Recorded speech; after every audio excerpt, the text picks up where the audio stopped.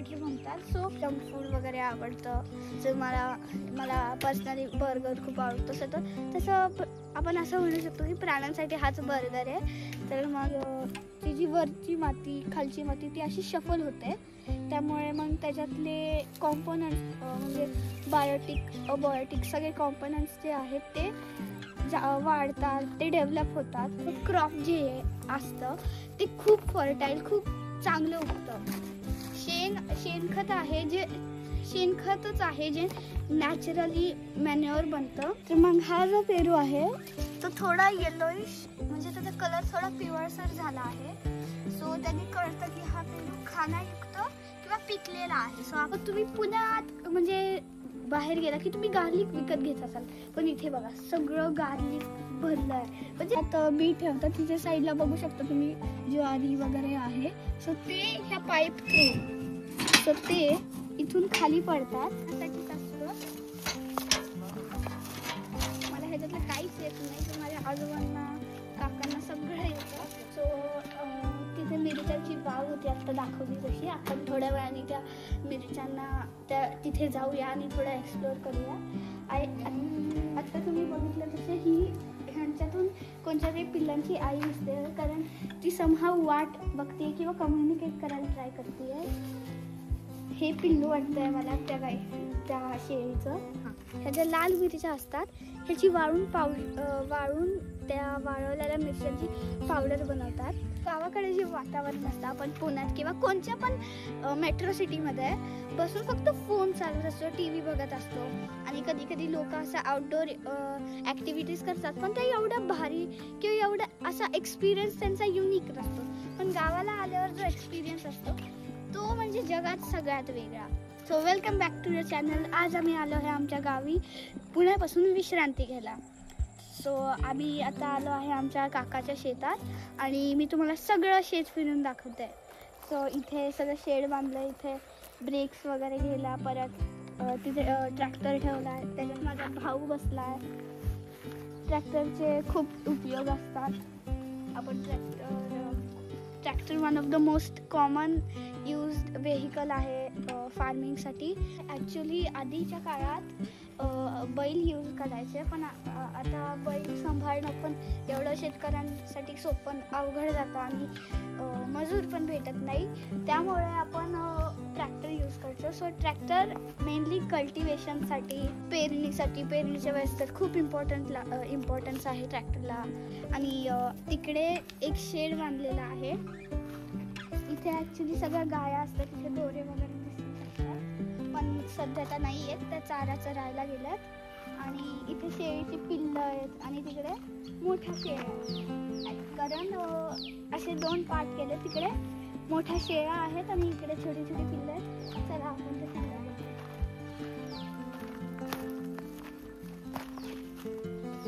पुण्याकडे किंवा शहराकडे आपल्याला अशी पिल्लं बघायला किंवा त्यांच्यासोबत खेळायला भेटत नाही, पण गावाला आल्यावर ती मजाच वेगळी असते. मला सगळ्यात युनिक हे पांढरंवालं ह्या पॅटर्नचं खूप आवडलं. हे वालं सगळं क्यूट दिसत आहे. वी कॅन कम्प्लीट देम, पण हे खूप युनिक दिसत आहे हे एक पिल्लू. चला मी ट्राय करते ह्यांना खाऊ घालायला.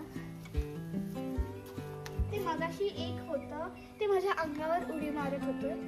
आणि इकडे जे सगळं हे दिसतं शेत, ते सगळं मिरच्यांचं शेत आहे. तिथे सगळे मिरच्यांची बाग आहे. तर तुम्हाला मिरची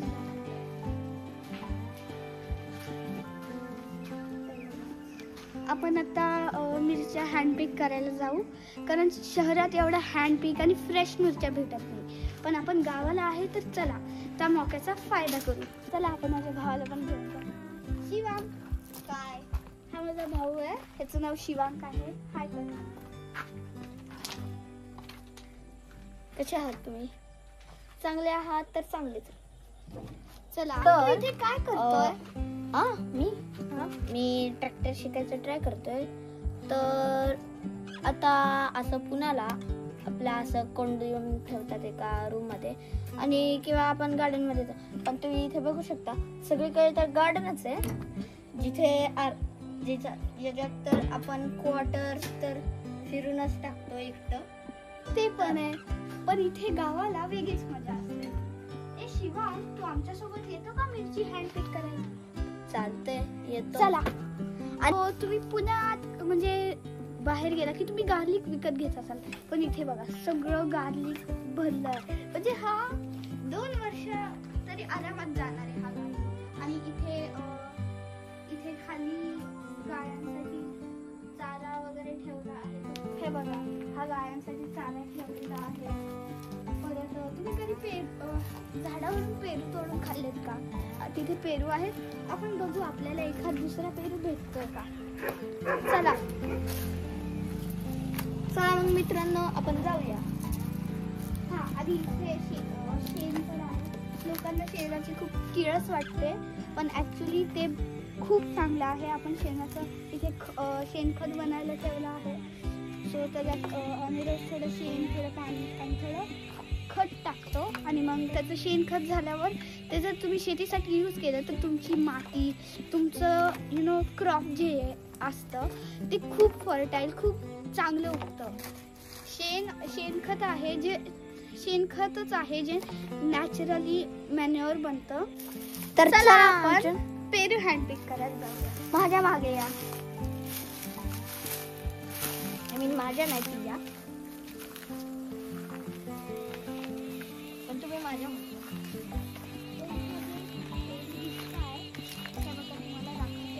इथे छोटे आहेत, तिथे थोडे मोठे पण आहेत. इथे ह्या फेन्सच्या तिकडे पण आहेत. इकडे बघा छान मोठे मोठे पेरू आहेत. बघा, सो मी बघते, पण इथे एखाद दुसरा पेरू पेरू आहे पण असं मोठी नाही. आपण हँड पिक आय गेस नाही करू शकत. हा दिसतोय, हा पेरू जो दिसतोय तो लोकांना कळत नाही की पिकलेला पेरू कसा आयडेंटिफाय करायचा. तर मग हा जो पेरू आहे तो थोडा येलोइश, म्हणजे त्याचा कलर थोडा पिवळसर झाला आहे. सो त्यांनी कळतं की हा पेरू खाण्यायुक्त किंवा पिकलेला आहे. सो आपण तो घेऊ शकतो. पण मला वाटतं की आपण थोडे दिवस त्याला अजून तसंच ठेवू, म्हणजे तो अजून रसाळाने गोड होईल. सो इथे केळीचं झाड पण आहे छोटंसं, आणि इथे पेरू पण आहे. तिथे भाजीचे सगळे दिसतंय, ते गायांना खाण्यासाठी दिसतंय. तिथे एक पिकलेलं पेरू पण दिसतोय. हे जे यंत्र आहे हे पेरणी यंत्र आहे. सो हे जेव्हा म्हणजे हे पेरणीसाठी यूज करतात. सो हे जे पाईप ह्याला ट्रॅक्टरला जॉईन करून यूज करतात. सो इथे ट्रॅक्टरला जॉईन करण्यासाठी हे आहे. इथे हे पाईप जे दिसत आहेत ह्याच्या इथून बी पडतात खाली. सो हे जे बघू शकता,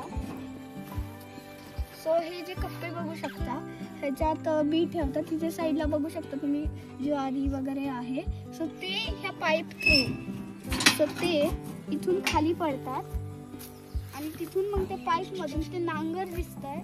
ते नांगर जेव्हा जमिनीला खोदतं तेव्हा ते बी खाली पडतात, आणि मग ते तिथे प्लांट होतात. आता हे दुसरे यंत्र बघतोय आपण, ह्याला नांगर म्हणतात. आणि हे तेव्हा हे समर्समध्ये यूज करतात. जेव्हा आपल्याला जमिनीला विश्रांती द्यायची असते तेव्हा हे जमिनीला नांगरतं, आणि ती जी वरची माती, खालची माती ती अशी शफल होते. त्यामुळे मग त्याच्यातले कॉम्पोनंट्स म्हणजे बायोटिक, अबायोटिक सगळे कॉम्पोनंट्स जे आहेत ते वाढतात, ते डेव्हलप होतात, आणि त्यामुळे मग मातीला विश्रांती पण भेटते आणि माती जास्त फर्टाईल पण होते फॉर द अपकमिंग सीझन. तो इथे हे जे दिसतंय हा म्हणजे आपण जेव्हा ज्वारीची कणस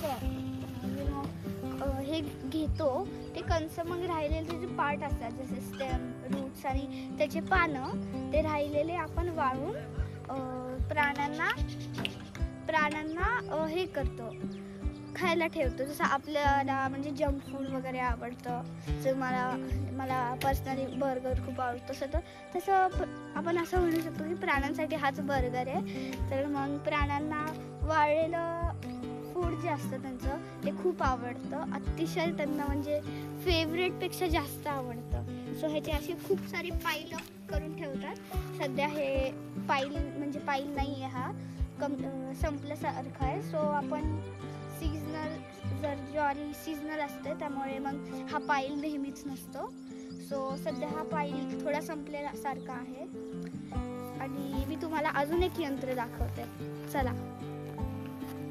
सो हे जे आहे जेव्हा आपल्याला म्हणजे शेतकरीला गवत वगैरे काढायचं असतं तेव्हा ते हेवी माझं त्याचं नाव नाही माहिती पण हे यूज करतात. काय समथिंग लाईक असं करतात. मला ते येत नाहीये पण त्या दिवशी माझ्या आजोबांनी हे केलं. सो ते सगळी गवत अशी निघते. मला नाही येते ते, पण माझ्या आजोबांनी तेव्हा सगळं एका तिथल्या एरियाचं शेतातलं एका एरियाचं सगळं गवत काढलेलं. सो तिकडे पण आणि हे पण गवत काढण्यासाठीच असतं. मला ह्याच्यातलं काहीच येत नाही पण माझ्या आजोबांना काकांना सगळं येतं. हे गवत काढायला बघते मी, काहीच नाही होते माझ्याकडे. सो इथे पुढे व्हील असतो आणि मागे ते हे असतं, ते गवत काढायचं असतं आणि मग हे व्हील जसं पुढं जातं तसं ते मागचं पण पुढं येतं.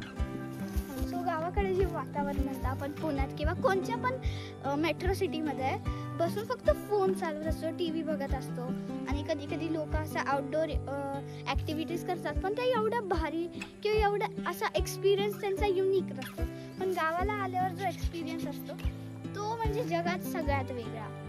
आणि गावाला आपण जे लोक गावाला राहायचे किंवा नेचरच्या टचमध्ये कॉन्टॅक्टमध्ये येण्याचे खूप फायदे असतात. एवढे फायदे असतात की त्याची तुम्ही अख्खी लिस्ट बनवली ना तरी एक नोटबुक कमी पडेल तुम्हाला, एवढे फायदे असतात. आणि जे लोक हे नेचरच्या संपर्कात किंवा गावाला राहत असतात तुम्ही कम्पेअर करू शकत नाही, कारण शहरातली लोक आणि गावातली लोक ह्यांच्यात खूप फरक आहे. शहरातला लिटरल सगळ्या म्हाताऱ्या माणसांना डायबिटीज आहे. गावात मला हार्डली 1-2 माणसं भेटतील ज्यांना डायबिटीज किंवा अशी कोणते आजार आहेत, पण स्टील इथले लोक खूप स्ट्रॉंग आहेत. इथे जे आहे लोक एवढे स्ट्रॉंग असतात. पुण्यात मला वाटतं की पुण्याची लोक किंवा शहरातली लोकांना उगाच नखरे करतात, कारण गावाला लोक बिना चपलीचे सगळीकडे फिरतात आणि त्यांना काही नाही होत. जेव्हा पुण्यात थोडा दगड किंवा काटा टोचला की लगेच आऊच असा आवाज काढतात लोक, किंवा सगळ्या लोकांना उगाच लोक पुण्यात वगैरे सनसेट किंवा सनराईज बघायला सिंहगडला परत कुठे कुठे असे सनसेट सनराईज लोकेशन असतात. पण इथे बघा फुल व्ह्यू इतका छान आहे, माणसाला डोळे पण झाकू नाही वाटत, कोणाला वाटेल ब्लिंक पण करू वाटत नाही, एवढा सुंदर व्ह्यू आहे तो. आणि हा आमचा ट्रॅक्टर आहे. हा मगाशी शिवांक चालवायला बघत होता पण आजोबांनी त्याला चालून दिला नाही, कारण शिवांकला जास्त ट्रॅक्टर वगैरे त्याला फक्त कार आणि मोटरसायकल आणि स्कूटी तेवढं.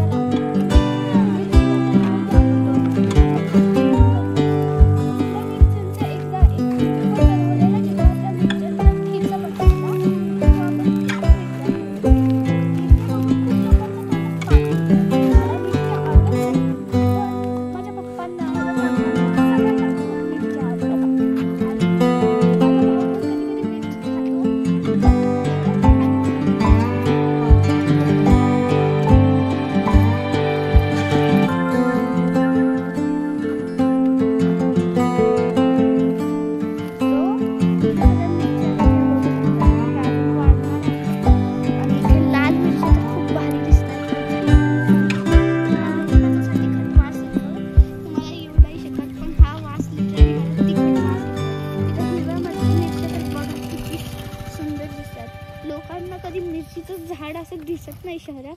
हे बघा मिरची